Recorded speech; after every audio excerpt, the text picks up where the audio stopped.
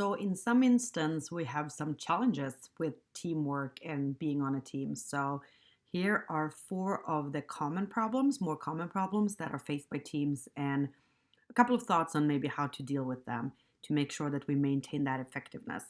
So, the first one might be a challenge of knowing where to begin. So, maybe you have a big project or you have a big task to do, and you just don't know where to start. So, what we can do here is we can actually go back to the mission that we have as a team or our plan. And if we don't have one of these, we should create them. We need to make sure that the plan, the mission, the goals are clear to everybody so we are on the same page. That's one solution for how to do that. We can also ask questions. What is holding us up?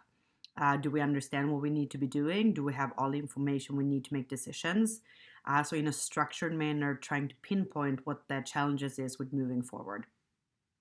We might also have some dominating team members. So we know that typically on any given team, the one most vocal member speaks 43% of the time. And if you have a large team, the other 19 might actually split the rest of that time, whatever 57% or whatever that is. So if you have dominating team members, you might want to make sure that you balance participation in meetings.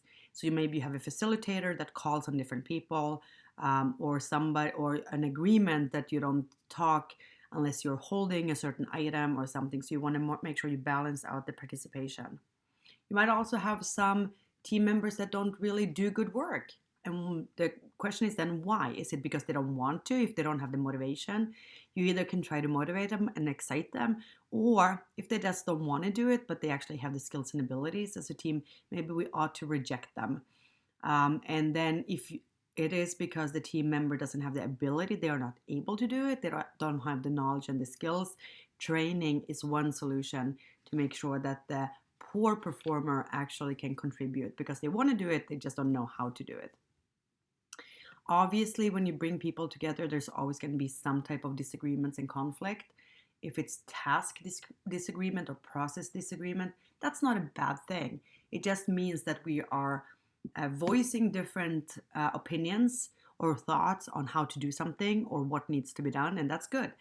It's obviously a problem if it's a personality conflict and we don't like each other. If that happens, those individuals that are in this personal conflict should talk outside of the team so we don't disrupt the process of the team. If there's a team leader or a manager, they can help facilitate that discussion, but it shouldn't be a whole team issue. This team still needs to be doing its work. We can even do something like a behavioral contract so the two team members or three, whatever, that are not really getting along can come together and make an agreement. If you do this, I will do that, to make sure that we manage these issues so that we can actually work together.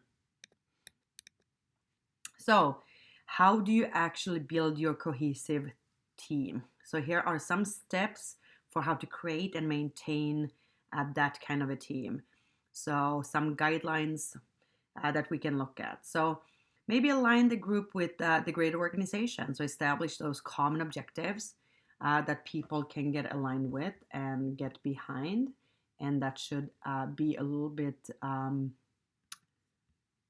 provide guidelines and clear perspectives, so common objectives. Let members have a choice in setting their own goals.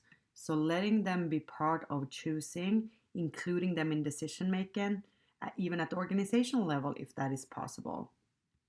Define clear roles. This comes back over and over.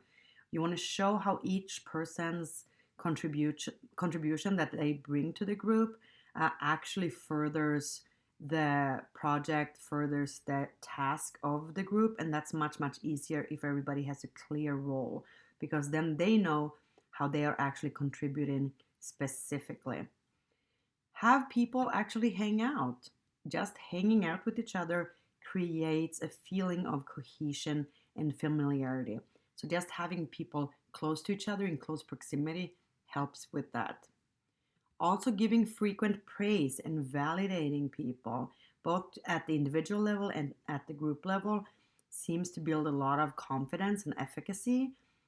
We want to make sure that we reward those positive behaviors where people are doing what they should be doing. And also, we get a better atmosphere in our team if people are positive and we're acknowledging what's going on in a positive manner.